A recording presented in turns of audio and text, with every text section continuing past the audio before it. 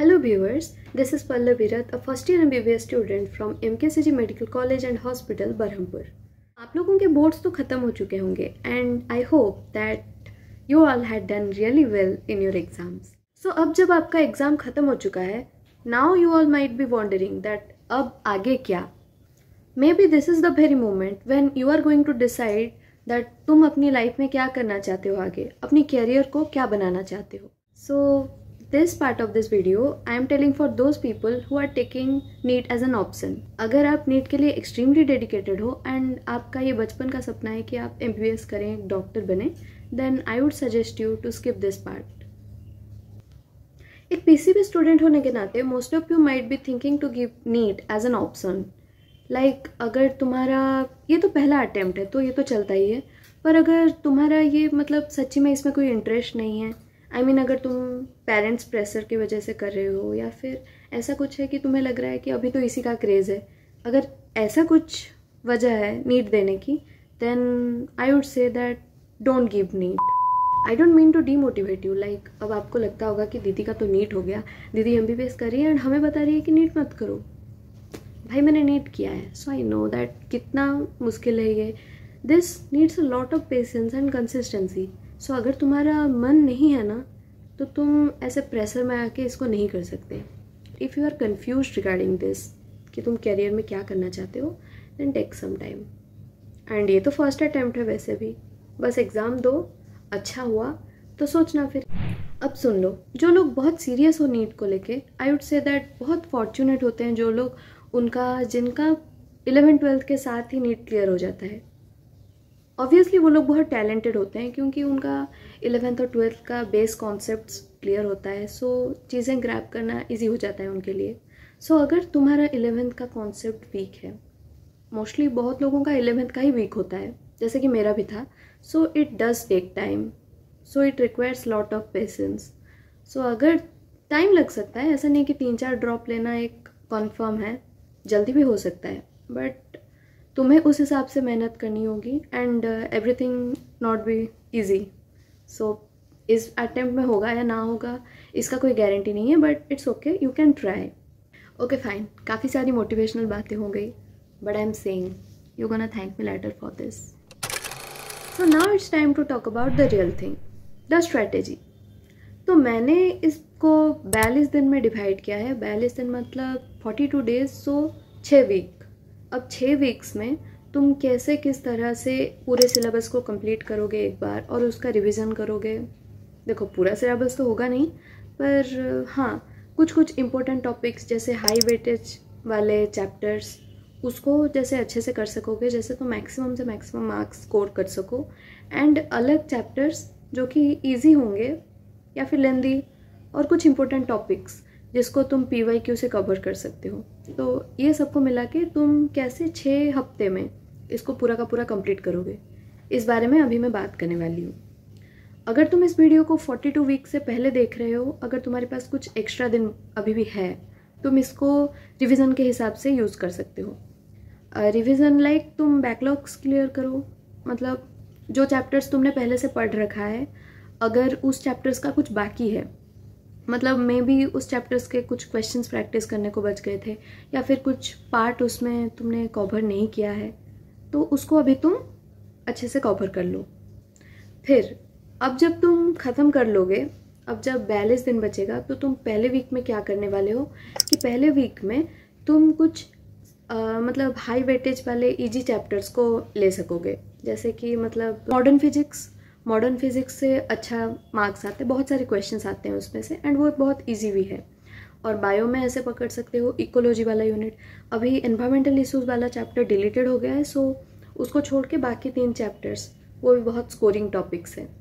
And bio का NCERT भी अगर तुम उस बीच में पढ़ सकते हो. देखो पूरा का पूरा NCERT ऑब्वियसली नहीं कवर कर सकते, अभी तुम्हारा 12th का एग्ज़ाम ख़त्म हुआ है बायो का. सो अगर तुम चाहो तो बायो का पूरा सिलेबस 12th का तुम अच्छे से पढ़ सकते हो, रिवाइज कर सकते हो फिर से. May be you can try the PYQs. In this way तुम्हारा पहला वीक अच्छे से कवर हो सकेगा.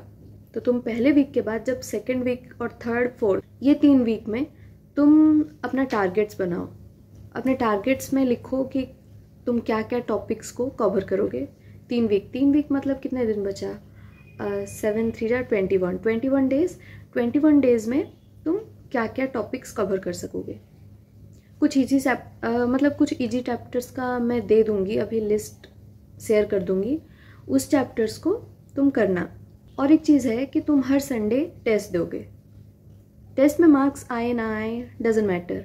टेस्ट में जो क्वेश्चंस होंगे उसको तुम सॉल्व करना पहले, फिर अगर जो तुमसे हुआ नहीं या फिर जो गलत हो गया उसको एक मिस्टेक नोटबुक में वापस लिखना, फिर वो मिस्टेक नोटबुक को तुम रिव्यू करना। एंड ऑफलाइन टेस्ट हो तो बहुत अच्छा है, क्योंकि ऑफलाइन टेस्ट दोगे तो तुम्हें वो एग्ज़ाम टाइप का एनवायरनमेंट फील आएगा एंड वो स्ट्रेस को डील कर पाओगे एंड ऑल। इतना भी ना हो तो ऑनलाइन दे देना एग्ज़ाम, पर टेस्ट देना क्यों ज़रूरी है, क्योंकि वो जो टेस्ट में जो क्वेश्चंस होते हैं उसको जो प्रिपेयर करते हैं वो बहुत स्मार्टली प्रिपेयर करते हैं एंड वही कॉन्सेप्ट्स एक्चुअली नीट एग्ज़ाम में रिपीट होने के चांसेस भी बहुत ज़्यादा है।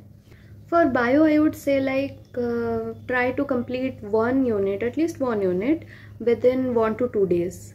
तो ऐसे क्या होगा कि तुम 4 वीक में तुम पूरा का पूरा सिलेबस कंप्लीट कर सकोगे बायो का एक बार। पर फिजिक्स एंड केमिस्ट्री ऑब्वियसली तुम सारा का सारा तो ख़त्म नहीं कर सकोगे, तो उसमें तुम लोग क्या करना कि कुछ इंपॉर्टेंट टॉपिक्स ही कवर करना।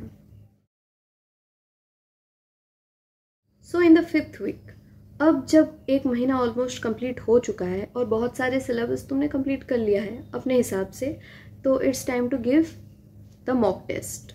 अब मॉक टेस्ट एक बार नहीं देना, तुम्हें अब बहुत सारा देना है, जितना सारा तुम दे सकते हो। ऐसा नहीं कि बस टेस्ट देते जाना, उसका रिव्यू भी करना obviously. I would say that अभी टाइम नहीं बचा कि तुम फिर से वीडियो लेक्चर्स देखो या फिर बुक पढ़ के कॉन्सेप्ट समझो।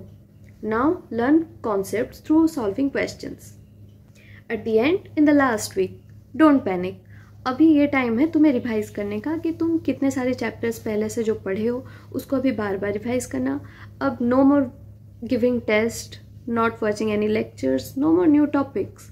अब जो भी पढ़े हो उसी को बस रिवाइज करो एंड खुद को प्रिपेयर करो कि तुम लास्ट डे में कैसे सारे के सारे सिलेबस जो भी तुमने पढ़ा है उसको एक कैसे याद करके जाओगे एग्ज़ाम से पहले दिन। इसका मतलब क्या होता है, तुमने तो सारा पढ़ लिया, अब एग्ज़ाम से पहले दिन के लिए क्या नया क्या प्रिपरेशन होता है उसमें।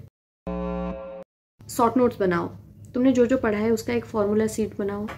फिजिक्स के लिए फॉर्मूला शीट, केमिस्ट्री के लिए फॉर्मूला शीट, जो फिजिकल का फॉर्मूला शीट सब बना लो। बायो के लिए तुम ऐसा कर सकते हो कि जो तुम एनसीईआरटी पढ़ो, एक आखिरी बार एनसीईआरटी पढ़ लो अच्छे से, तो उसमें जो पॉइंट्स तुम्हें लग रहा है कि तुम्हें ये याद नहीं है ये पॉइंट, तो तुम क्या करोगे, उसको एक पेपर में लिख लो। तो वही पॉइंट नीट से जो एक दिन पहले तुम पढ़ोगे तो वही पेपर को बस पढ़ के चले जाना। और एक है कि तुमने जो मिस्टेक नोटबुक बनाया उसका क्या, उसको ना अच्छे से फिर से करो पूरा स्टार्टिंग से, एंड जो क्वेश्चंस तुमसे हो जा रहे हैं इजीली उसे छोड़ो, पर जो नहीं हो रहे हैं तुम्हें लग रहा है कि हाँ इसमें थोड़ा सा और मेहनत करना है, तो उसको ना टिक कर लो।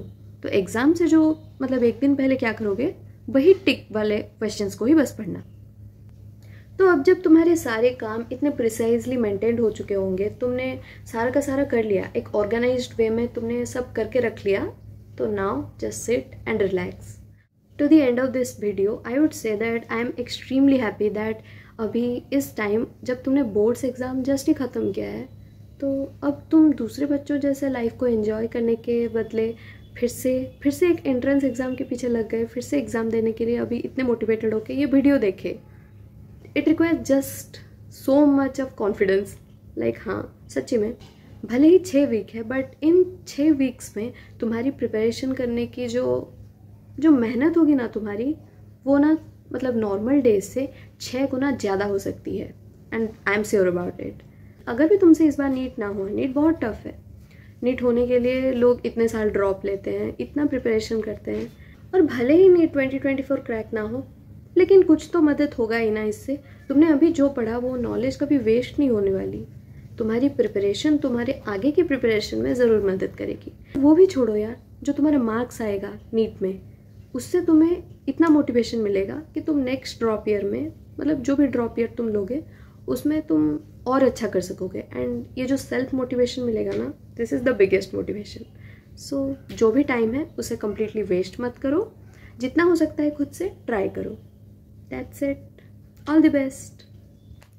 So viewers, thanks for watching and subscribe this channel to get some amazing contents, and bye.